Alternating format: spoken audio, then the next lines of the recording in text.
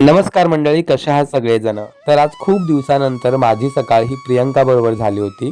आणि खरं सांगतो, जर तुमची रोजची सकाळ ही तुमच्या जोडीदाराचा हसरा आणि प्रसन्न चेहरा बघून होत असेल ना, तर तुमच्यासारखं सुखी कोणीच नाही. तर इकडे माझी कामावर जायची गडबड चालू होती, पण चार्वीने मात्र माझ्याकडे वेगळाच हट्ट धरला होता. आता तिचं असं म्हणणं होतं की जाता जाता मी तिला हे बबल सोडवून दाखवावेत. आणि त्याचा मी प्रयत्नसुद्धा केला, पण पहिले 2 प्रयत्न मात्र फेल गेले. थोड्या वेळ तर शंकाच आली की या बबल मशीनमध्ये प्रॉब्लेम आहे की माझ्यामध्ये. पण फायनली 3 प्रयत्नानंतर हे बबल सोडायला लागले होते आणि ते बघून चार्वी प्रचंड खुश झाली होती. तिच्या चेहऱ्यावरचं स्माईल बघून मी सुद्धा खुश झालो आणि खात्री पटली की आजचा दिवस आपला चांगलाच जाणार. त्यानंतर चार्वीचा गोड गोड पापा घेऊन मी निघालो कामावरती. तर सोमवारचा जो दिवस असतो ना, तो थोडासा हेक्टिक असतो माझ्यासाठी, कारण 2 दिवसाच्या सुट्टीनंतर ऑफिसला येणं म्हणजे आपलं भरपूर असं काम आपली वाट बघत असतं आणि त्याच्यामध्येच अख्खा दिवस निघून जातो. सगळी कामं भराभरा संपवली, त्यानंतर होता लंच ब्रेक आणि आज खूप दिवसानंतर मी घरचं जेवण जेवणार होतो डब्यामध्ये.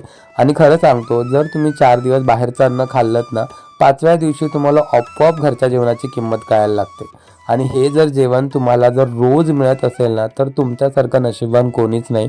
त्यामुळे घरी स्वयंपाक बनवणाऱ्या स्त्रियांचे आपण अतोनात उपकार मानले पाहिजेत, कारण त्यांच्या जीवावरच आपण चांगलं चांगलं खात असतो. असो, तर पोस्ट लंच नंतरची पण सगळी कामं पटापटा संपवली आणि घरी जायची तयारी. खरं तर घरी जाण्याची ओढ तेव्हाच असते ज्यावेळेस घरी तुमची कोणतरी वाट बघणारं असतं. घरी पोचलो तर या दोघींची अशी मस्ती चालू होती. या दोघींचं कसं आहे माहिती आहे का, तुझं माझं जमेना आणि तुझ्या वाचून करमेना. तर खरंच सगळ्या मायलेकींचं असंच असतं की आमच्याच घरी असं चित्र आहे. मला कमेंट करून नक्की सांगा. मस्ती करून झाल्यानंतर मस्त केस विचारून आम्ही रेडी झालो आणि बाहेर जायला निघालो.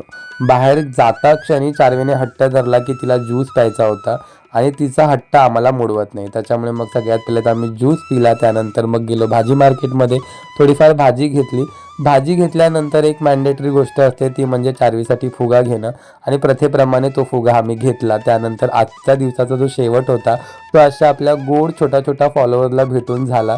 आणि खरंच या लोकांना भेटून खूप मस्त वाटलं. तर कसा वाटला आजचा ब्लॉग मला कमेंट करून नक्की सांगा. भेटूया उद्या. Bye bye.